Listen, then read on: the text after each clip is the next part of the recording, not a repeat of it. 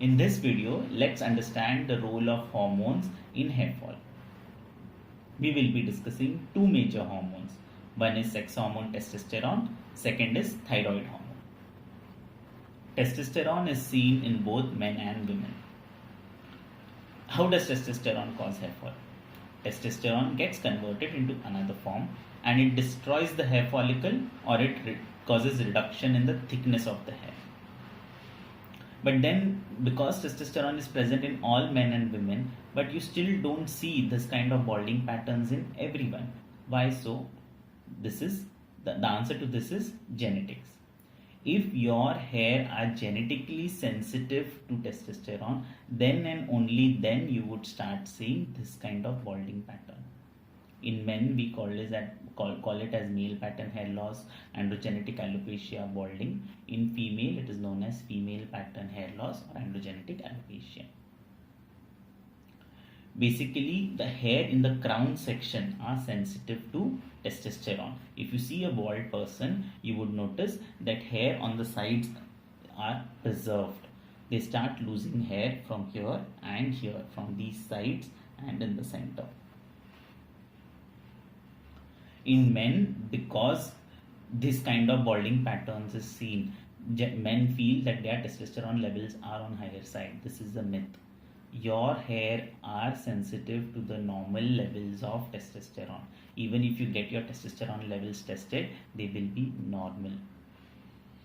In females, we see a condition known as PCOS, and in PCOS, many a times testosterone levels are elevated. In PCOS, we do see female pattern hair loss or thinning.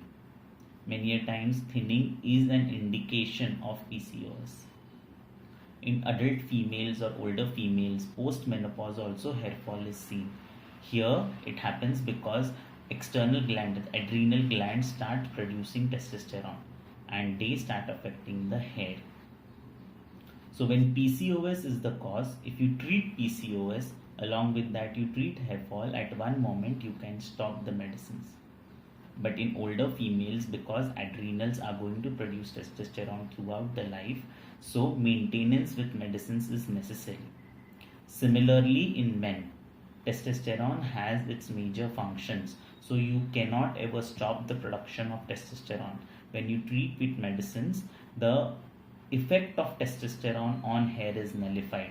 The production still remains the same. So maintenance with medicines is necessary. Now let's understand thyroid. In thyroid, if thyroid levels are on a higher side, you can see dryness of hair, you can see hair fall, you can see thinning. When thyroid is the main cause, generally when we have patients with sudden hair fall, we do get their thyroid tested, because hair fall can be an indication for increased thyroid hormone levels. So if you treat the thyroid and treat the hair fall, and once your thyroid levels are back to normal and hair fall has reduced, you can stop the medicines.